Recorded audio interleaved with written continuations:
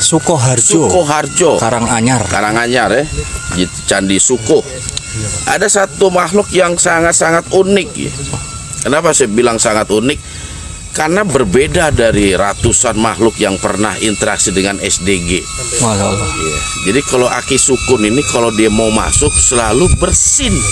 Begitu bersin mediator kita langsung hilang kesadaran. Aneh kan? Siapakah itu, Mbak? Dan ketika dia mau keluar, kita mau keluarkan, bersin juga langsung hilang.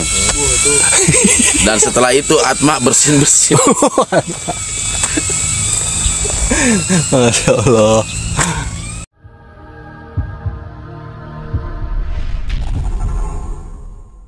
Kita membalas. Berarti gak ikhlas. Tapi kita dijolimi diam aja gitu.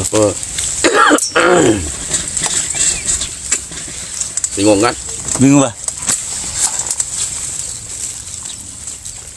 Jadi orang ikhlas itu ketika dipukul pipi kanan, dia memberikan pipi kirinya untuk dipukul juga. Mas, ini belum satu lagi pukul. Itu orang ikhlas. Bingung.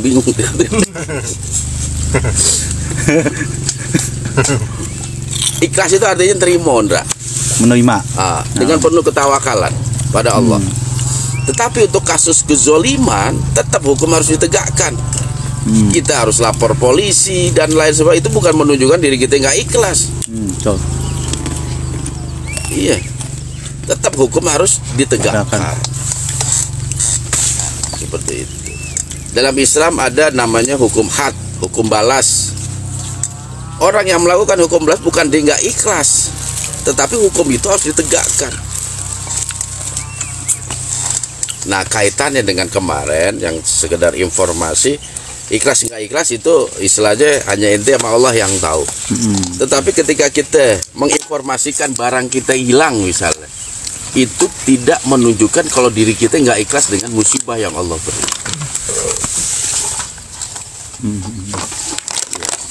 Jadi kalau sekedar menginformasikan, membuat pengumuman itu bukan berarti dia nggak ikhlas.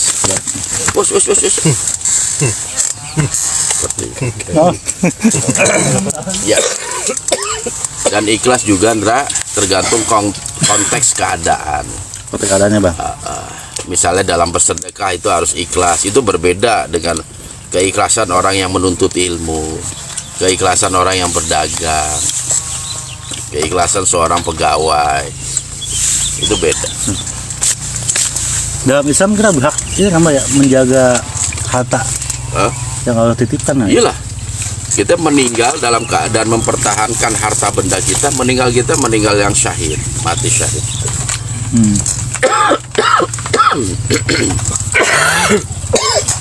Seperti itu.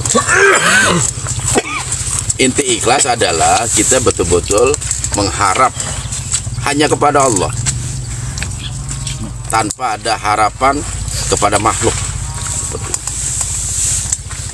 Orang yang kerja, Ndra, mengharap gaji, kira-kira dia ikhlas gak?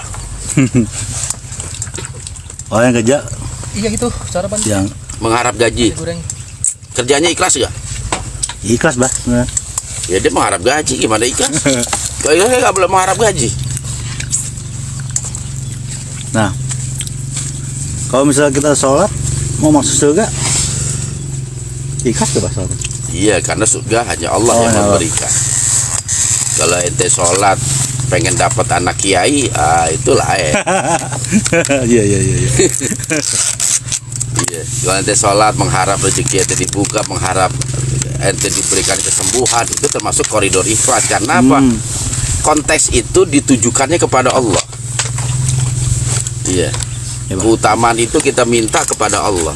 Kalau kepada selain Allah, itulah yang disebut atau tidak termasuk kategori ikhlas.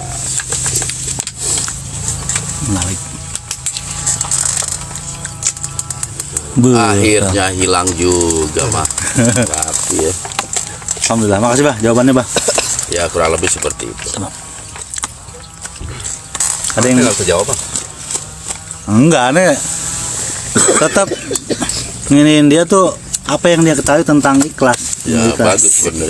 Itu Sesuai apa yang ya, itu ngajarin. kepribadian seorang guru tuh begitu. Iya benar. Sehingga dia jangan sampai rancu dalam mensikapi sebuah istilah. Bagus enggak begitu enggak? Pasti orangnya juga kaget. Jadi kita balik tanya dulu Pak ya. Yang Iya. dia tanyakan itu tahu nggak maksudnya? Nah, betul. Kita mending Bagus, ada peningkatan.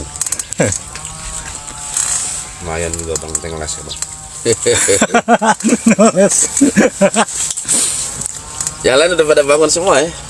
Arpa udah sarapan. Nasib Sengkuni Om, Kang Hilman nanya Bah. Ya, teman nanya-nanya. Ngapain Makan. nanya? Nasi. Siapa yang nanya? Kang Hilman nasib Sengkuni. Aturannya ngirim gift bukan nanya. Ian. Wah, rotinya kayaknya enak itu tuh. Kang Ilaha datang ke tempat Ibu Ratu Galuh Prabu Siliwangi di Subang. Udah bukan ya? Ibu Ratu Galuh Prabu Siliwangi udah belum? Hah? Subang? Iya. Mau ada? Gak ada itu. Bohongan doang itu bohongan. Nggak ada Bang. Abang bohong bang. Salam dari Gunung Kidul. Wah iya siap. Waalaikumsalam, dekat kita ini. Subang, Jawa Barat, Kecamatan Cijambe. Bah, doa cepat dapat keturunan Bah. Eta amalin aja doa Nabi Zakaria sama doanya Nabi Ibrahim. Karena beliau ini apa namanya? Nabi Allah yang diberikan karunia keturunan di saat usia lanjut. Usia lanjut. Iya mereka. Bahkan istrinya Nabi Zakaria itu dikenalnya akhir, wanita yang akhir. Akhir itu mandul. Istrinya Nabi Zakaria. Zakaria.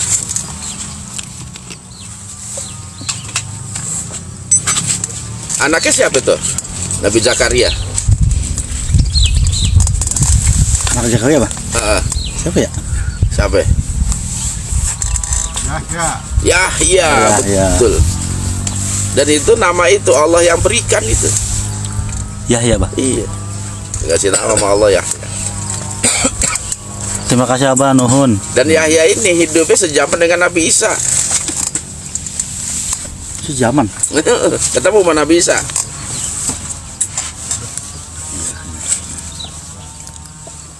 Oh, berarti sesuai urutan Bah ya? Iya. Zakaria, Yahya.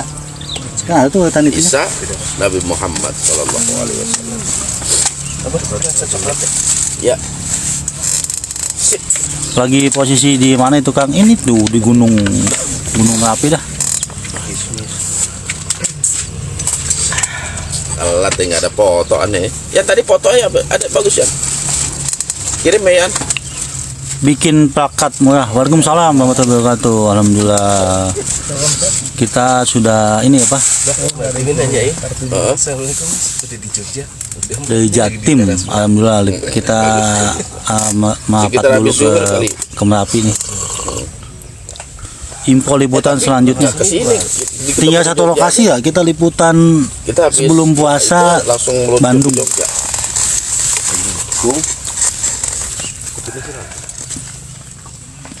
Sehat selalu tim SDG, Masih amin. mau ikut di Jogja. Iya. Benar. Siapa? Sebenarnya Okta sebenarnya ini udah sering dijelaskan ini. Bah kalau yang meninggal Yang lain apa kemana ente coba tawarin mau betul menjelang bulan Ikut Ramadan itu dampingin pulang, kita. mohon penjelasannya atau Bah. mereka mau duluan monggo silahkan. Ada kemungkinan dua ini nih dua ketemu orang. Dua kali ini. Gita Oktaviani ini udah sering pernah dibahas juga sama Abah ini. Apa itu? Bah kalau yang meninggal apa betul menjelang bulan Ramadan itu pulang? Pulang kemana? Mohon Itu penjelasannya. yang aneh-aneh aja. Pulang kemana? Sekarang begini nih, misalnya rumah kita nih yang dulu ditempati kakek nenek kita sebagai ahli waris, tuh rumah dijual, ente pindah keluar kota. Itu dia nyarinya kemana coba? Pas datang loh, kok lain penghuninya? Udah milik orang lain nih. Iya, anak cucuku mana ini? Anak putuku. Udah gitu bulan turun temurun, jadi kumpul tuh kakek, nenek, buyut. Datang semua, Pak? Wih, datang semua. Iya, benar. Iya, Sampai Nabi Adam datang semua. Oh, kita keturunan Adam. Jadi itu semua adalah mitos ya, mitos seperti itu.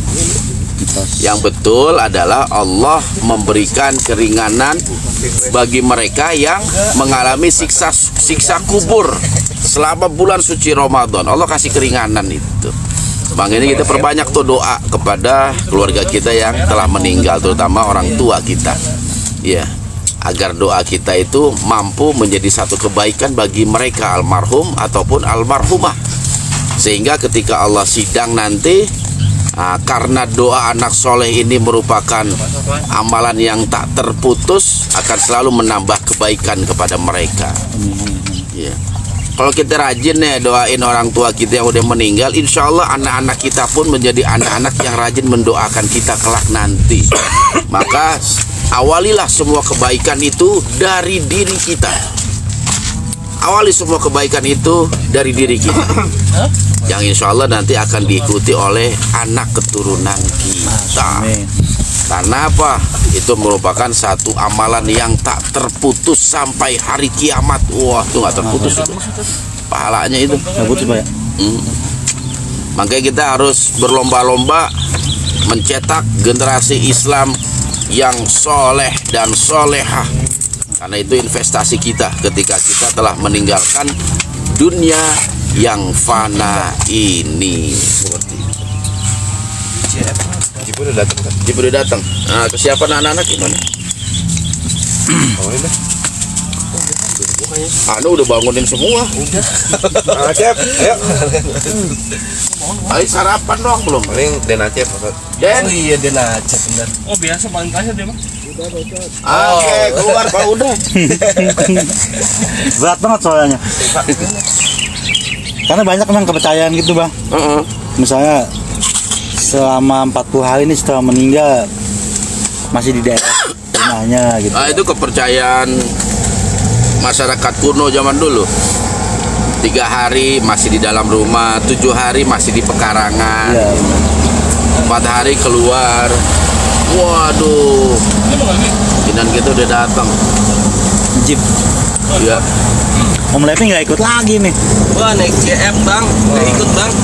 waduh, udah tempur semua. Wah, ini setirnya beda ya. Yang satu di kanan, yang satu di kiri. Setirnya. Wah, kita foto-foto dulu tuh. Mantap. Berarti Haji. berarti ini Pak ya, ketika dia manusia meninggal, detik itu pula langsung ditempatkan di alam barzah itu. Ya, alam barzah itu diawali ketika datangnya malaikat munkar nakir. Ya, kehidupan alam barzah itu. Jadi selama belum ketemu munkar nakir nih, mayat ini gelisah dia. Jadi prosesnya seperti ini, Indra. Jenazah orang yang telah meninggal dunia, Indra Iya, Pak. itu ruhnya itu dibawa oleh malaikat. Siapa malaikat siapa? Iya, iya. Cabut. Israfil atau Israel? Iya, iya. Betul, Israel. Betul. Jadi dicabut sama malaikat. Soalnya nggak trompet. Dia peka juga dia. Ya, kadang orang suka terbalik-balik tuh, Indra. Iya. Diambil nama malaikat Israel, Iya. dibawa menghadap Allah. Iya, menghadap Allah itu dibawa menghadap Allah. Laporan lah sebenarnya. Dan lantas Allah berfirman dalam ini sumbernya dari hadis qudsi ya, kembalikanlah roh itu ke dunia, maksudnya dideketin ke mayat untuk ditanya nanti sama malaikat munkar nakir. Nah, mayat itu mengetahui itu orang-orang yang takziah. Dia ngelihat keluarganya yang nangis, yang ada juga yang ketawa, yang seneng. Karena nggak semua mayat orang meninggal itu kita sedih. Ada juga yang senang itu. Ada nyanyi-nyanyi joget-joget. Iya. Dan si mayat itu mengetahui siapa yang mengafani dia. Ini dalam salah satu hadis riwayat Imam Ahmad. Mengetahui siapa. Itu siapa? Lanjut Pak, lanjut. Dia ngomong mana? Dia mengetahui siapa yang mengafani, siapa yang memandikan, siapa yang mensolatkan, dan terakhir siapa yang membawa ke pemakaman. Dia tuh tahu. Kalau banyak Ustaz, Ya dia tahu ya yang kenal maksudnya. Makanya kalau ada yang meninggal ada aneh absen nih, mana yang nggak hadir. Aneh absen itu. Siapa? Ya seperti itu. Sampai ditidurkan di liang lahat. Liang lahat itu satu lubang cekungan di dalam kuburan. Maka harus dimasukin tuh mayat ke dalam lubang kecil. Iya. Ya dimasukkan ke sana. Nah setelah para pembawa jenazah itu pulang, keluarganya pulang, 7 langkah malaikat munkar nakir datang. Nah disitulah mulai gelisahnya dia. Karena apa? Allah menampakkan seluruh perjalanan hidupnya, apa yang dia lakukan, ucapan apa yang dia ucapkan, semua Allah tampakkan seperti itu. Sampai nanti menunggu kiamat besar. ada yang gini Ustaz. Udah mau dibawa yuk. Masukin di mobil. Ada yang meninggal terus dalam beberapa langsung di ngajiin tanpa henti sampai sekarang gitu Ustaz. Supaya nggak ditanya malaikat munkar nakir Ustaz. Kan 7 langkah Akal-akalan itu. keluar. Nah, itu biar nggak ditanya malaikat munkar nakir, ngaji tiap hari karena jamaahnya banyak gitu, muridnya banyak gitu. Dan begini sahabat syiar, ini juga ada hadis baginda Rasulullah Shallallahu Alaihi Wasallam terkait mayat atau orang meninggal yang meninggal dalam keadaan baik, husnul khotimah, dan ada meninggal dalam keadaan buruk atau su'ul khotimah. Jadi ketika jenazah yang ingkar kepada Allah dibawa ke alam kubur, dia selalu teriak, perlambatlah langkahmu, perlambatlah langkahmu. Karena udah tahu Pak ya. Iya, karena dia udah tahu tuh akan menghadapi malaikat munkar nakir. Kebalikan dengan orang-orang yang meninggal dalam keadaan soleh, dia minta disegerakan karena dia ingin menyelesaikan urusannya dengan malaikat munkar nakir. Nah sekarang orang soleh misalnya, kalau diniatkan biar nggak didatengin, kesian dong. Sedangkan dia pengen mempercepat itu. Iya. Makanya logika itu terbantahkan. Mau ente seumur hidup misalnya di situ, tetap aja munkar nakir melakukan tugasnya, orang urus. Iya. Seperti itu. Dan menurut aneh, ya kesian lah kalau dia tidak disegerakan untuk dikuburkan seperti itu. Udah dikuburkan Ustaz, cuman makamnya itu nggak pernah ditinggal. Nggak pernah sepi. Alasannya Karena ya itu ini kan kesian, dia belum ditanya sama malaikat, seharusnya dia langsung mendapatkan nikmat kubur. Jadi nikmat kubur itu terjadi ketika kita mampu menjawab pertanyaan malaikat. Allah memberikan nikmat itu. Begitu juga azab kubur. Azab kubur itu diberikan setelah munkar nakir bertanya kepada kita. Begitu munkar nakir nanya, man rabbuka? Jawab kita, fulus. Oke, fulus. Alhamdulillah. Langsung dihantam tuh sama malaikat munkar nakir tuh. Gedek banget dia orang kayak gitu tuh. Menjadikan uang sebagai Tuhan. Dan itu banyak zaman sekarang, Tra. Banyak. Iya. Langsung dihantam malaikat tuh. Masya Allah. Dan begitu dia nggak mampu menjawab semuanya, maka itulah satu siksaan yang luar biasa menjelang siksaan yang hakiki berupa neraka itu. Nauzubillah min dzalik. kalau ada yang bilang Ramadan itu balik ke rumah enak Ustaz. Siksaannya lagi berhenti dulu. Keinginan Tapi memang benar di keinginan ya Pak? orang-orang yang mendapatkan siksa kubur, iya, di bulan Ramadan itu Allah ringankan. Allah ringankan itu. Karena apa? Rahmatnya Allah di bulan suci Ramadan. Makanya ada istilah pintu-pintu surga dibuka, pintu-pintu neraka ditutup. Dapat remisi. Remisi seperti itu. Tapi itu khusus bagi umat Islam. Non Islam Iya, tetap aja podo wae. Masya Allah, alhamdulillah. Seperti itu. Masya Allah, makasih teman-teman. Oh itu yang ngegip itu. Nggak berhenti bah gimana nih? Siapa itu? Aduh, nih. Oh Arif Bro. Siapa namanya? I love break.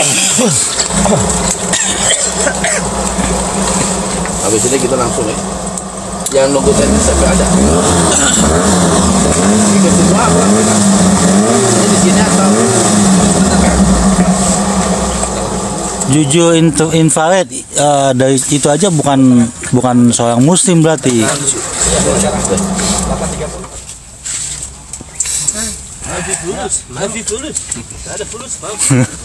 Ini pertanyaan Bah nih.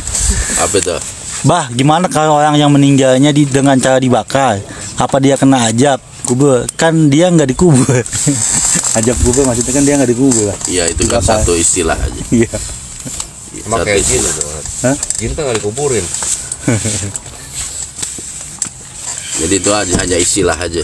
Orang yang mati tenggelam di laut, yang jenazahnya juga nggak ditemukan, itu pun sama. Masa ajab laut? Iya. Mentang-mentang nggak dikubur. Iya. Orang-orang yang mati terbakar, yang jenazahnya nggak ditemukan, seperti kasus di mana? Glodok tuh. Oh, iya. Banyak mayat yang nggak ditemukan, itu identitasnya nggak ketahuan. Nauzubillah summa nauzubillah. Allah melindungi kita dari hal itu. Amin.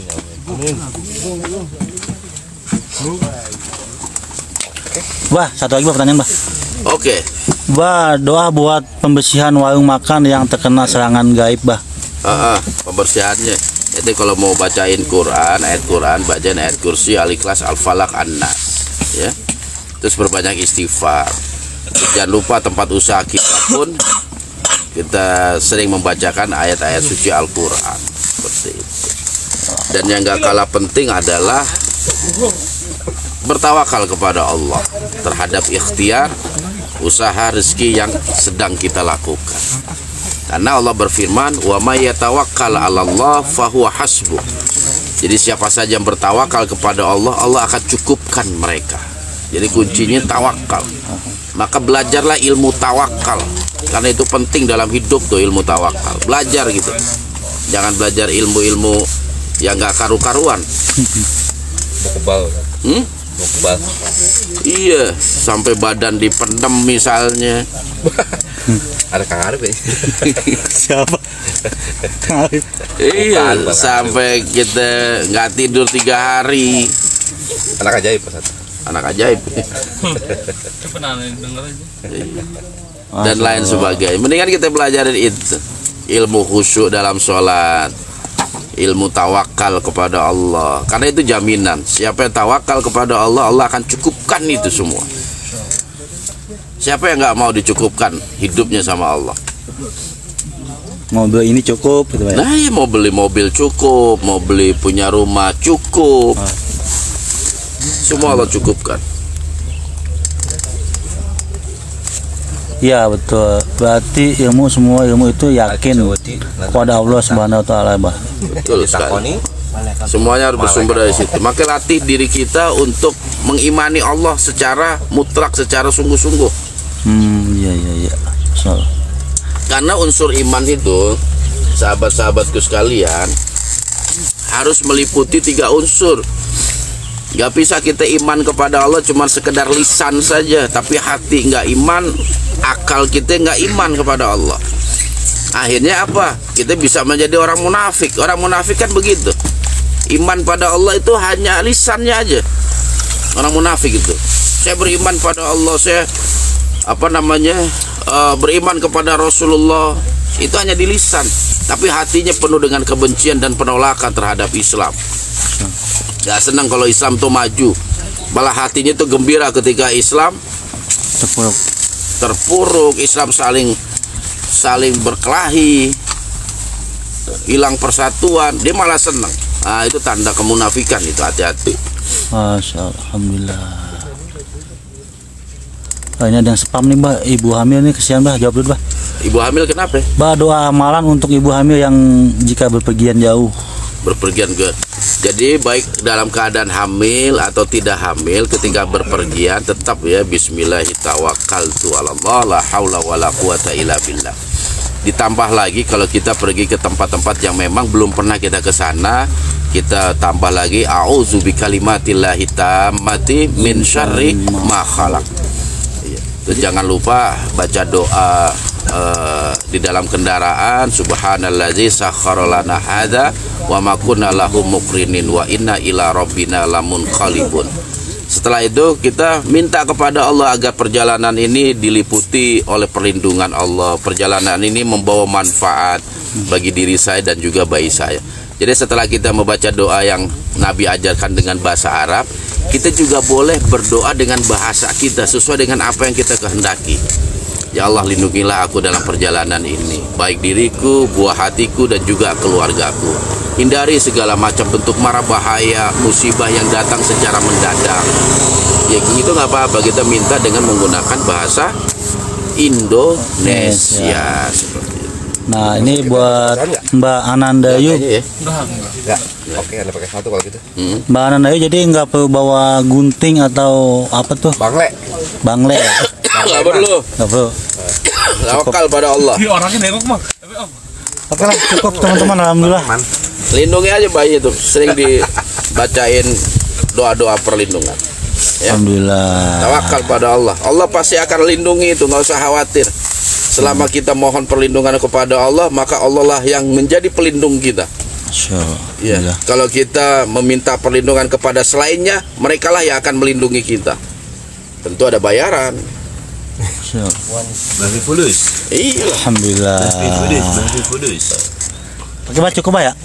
Oke, sahabat siar, kita akan lanjut berkeliling di sekitaran Merapi ini untuk menikmati tempat-tempat yang konon katanya menyimpan 1000 keindahan. Waduh, 1000 doang, Mas. 1000 doang. Laku loh 1000 itu.